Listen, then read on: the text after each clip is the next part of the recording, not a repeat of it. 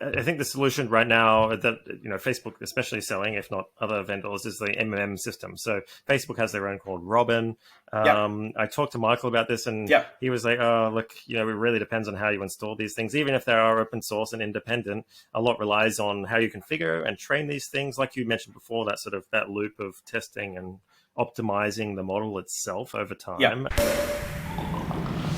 You're the only champagne I know the name of, other than the ones I've heard in rap songs. They've actually trademarked the orange. Woo! Oh, cheers. Yeah.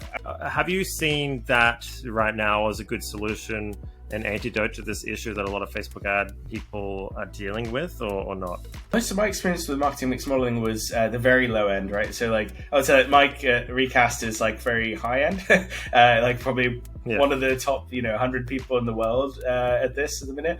I had a lot of good results literally just doing in Google Sheets and Excel.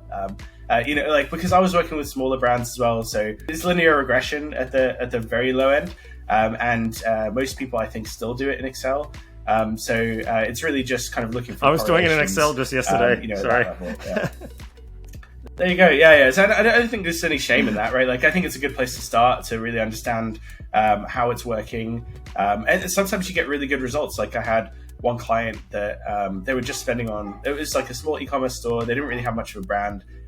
They're spending on TikTok, on Facebook, and Google. It's very simple marketing mix, and all the sales happen on the website. No physical stores, no brand to worry about. And we just did a marketing mix model. It was clear as day. It was TikTok is deserves slightly more credit than it's getting. Facebook deserves slightly less than it's getting, and Google deserves about half the credit it's getting. And they were yeah, it's what we suspected in talking to users and doing surveys. So this kind of correlates, and that was it was a half a day job or a couple of days job, I think. It was just in Excel. So it was fine, and I think you can scale up from there, and once you so the reason why I say Robin is more sophisticated than that is because they want it to run without someone who knows how to do the Excel stuff, right? Because they're building so if I'm doing Excel, I'm trying to find the right combination of variables that work. I'm trying to find the right parameters and figure out where the ads kind of hit the saturation point and stuff. Whereas with Robin, they're doing that automatically, right? They're doing that's the promise is taking out the human bias, because it can be biased, right? You have someone who I don't know, if you're the branding team and you want to show that TV ads work really well, so you can secure a budget for next year.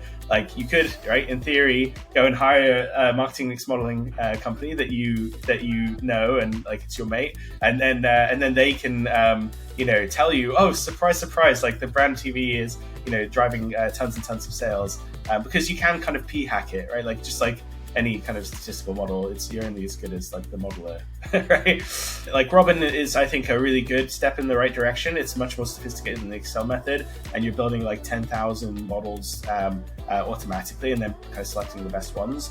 And then I would say Recast is a different way of solving that same problem. So they're using a different type of algorithm. They've done their own kind of research on what works, and approaching it from a different angle, because they want it to kind of run. Because they've got paying clients, right? Robin is I think it was a hackathon project, and the team are incredibly smart, and it's amazing how they've transformed the whole industry. But then with Recast, if they don't if the model's wrong one day, then they lose a client, right? And they lose a lot of money. So they have built a lot of safeguards to make sure the model's always plausible. And I think they did a couple of years of R&D in Mexico. But, I don't know if he told you this on the podcast, but when I first talked to him, he was yeah, I moved to Mexico to keep our burn low, so I could just spend a couple of years figuring this shit out. So they're pretty hardcore. That's the extreme high end. But I think if you are spending a couple $100,000 a month, then you need to eventually kind of migrate to that.